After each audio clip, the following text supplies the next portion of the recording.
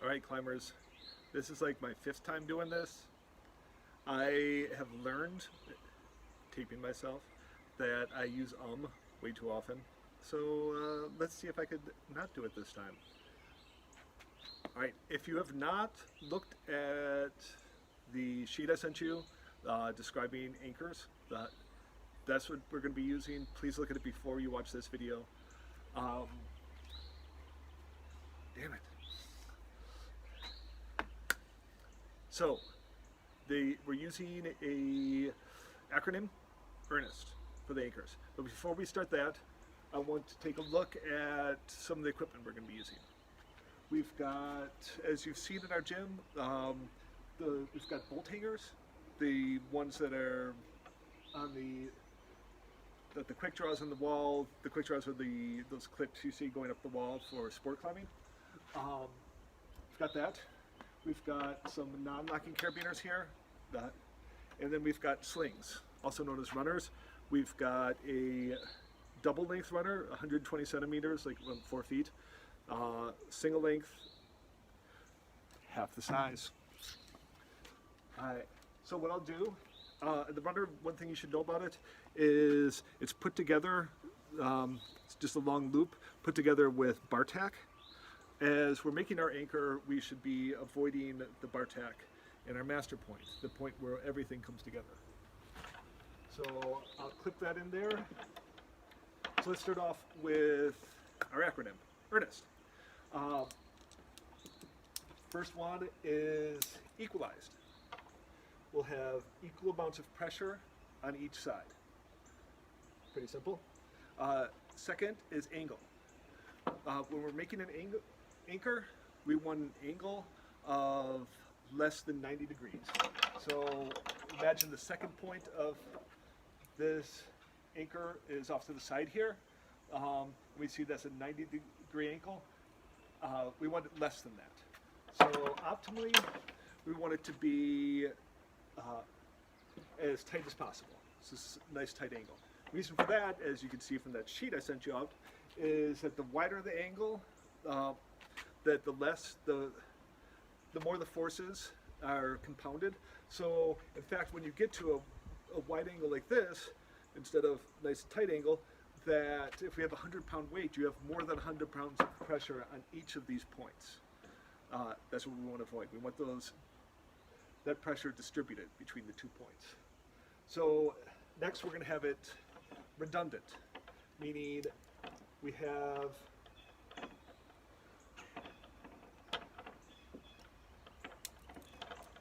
two pieces that are holding it up for us, not just a single piece. So redundant.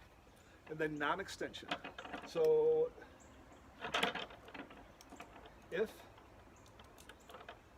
I didn't have this tied off and one of these came out, the climbers down here, it shoot down, and like rapid pace, and then like jolt the anchor. What we want to do at all costs is avoid that jolt. So the way I make that, the way I could do that is first I pull it down, anticipating the angle of pull, meaning like where's my climber coming from? My climber's coming from right over there. So I pull it down like that, and then I'll tie it off.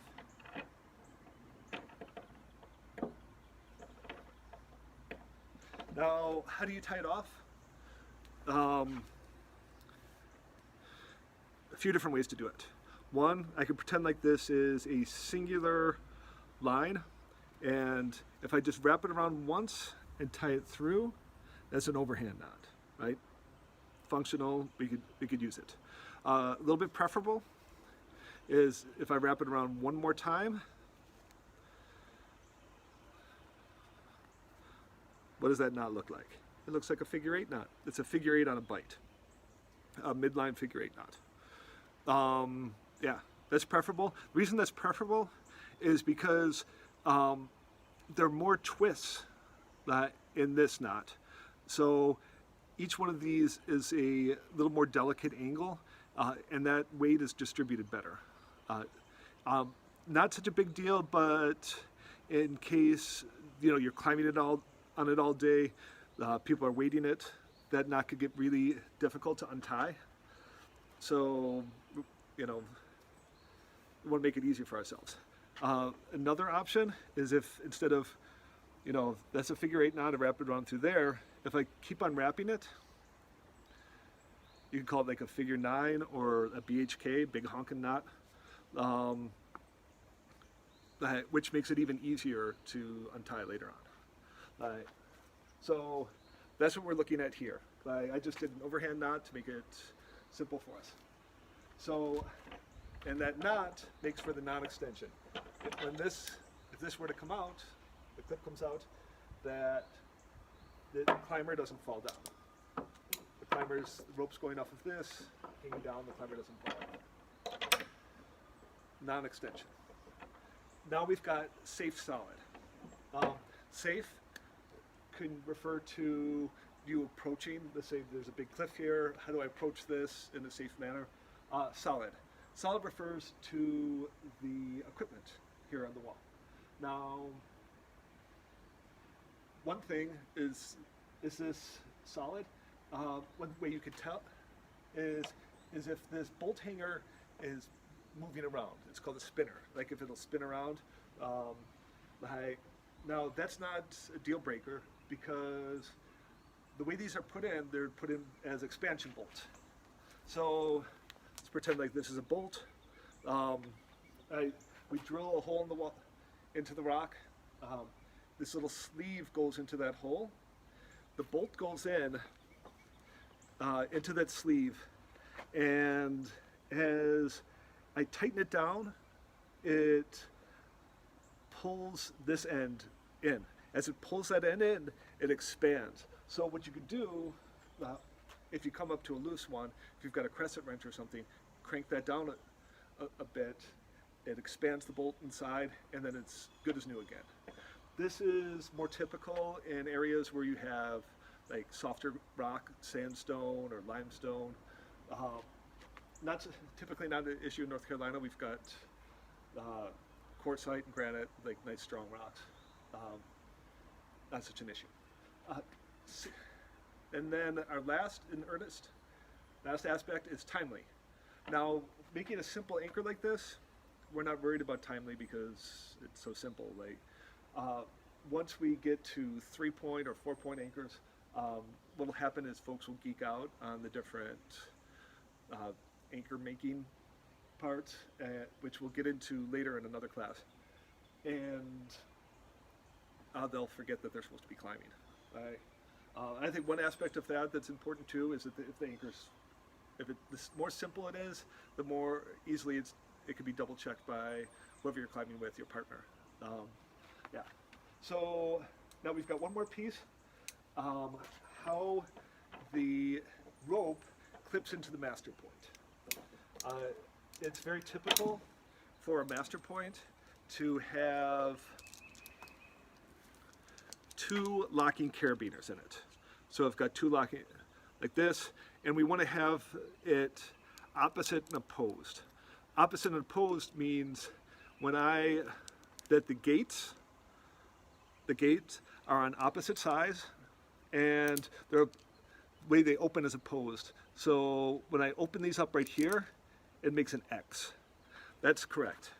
If I had this incorrect, like flipped over like this, when opposite not opposed, when I open this up, it makes for like the don't do it symbol, like you see, like, you know, no smoking, like little cigarette with a slash through it. Yeah, and maybe that should be relatively obvious. If we don't want the possibility for the gate to open up in the exact same way. So if I've got it opposite opposed, the gates can't flip around on each other. And of course, I always want those locked in there. So that is the aspect of a simple climbing anchor. Not certain how I'm going to test y'all on this yet. I'm going to probably, hopefully we meet up in class again before sometime in April. And we'll test you out.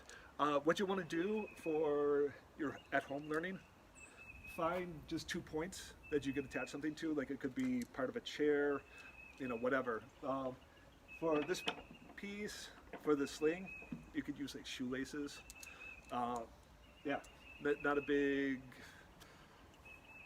issue either way. But as long I want you to learn with your hands, like actually do this, because you're not going to be able to integrate that learning unless you're kinesthetically, like physically getting involved with it. So yeah, that'll be your assignment. Hopefully, I noticed I had a few ums in there, but hopefully this is clear. And you know what? I will ask you all for responses as to whether it all makes sense. Right? Stay healthy. Hope you enjoyed the sound of birds coming in as we're teaching a little slice of nature while you're cooped up in your homes. But yeah, get out and get some exercise too. As long as you're not doing it with a bunch of sweaty people right next to you. All right, talk to you later.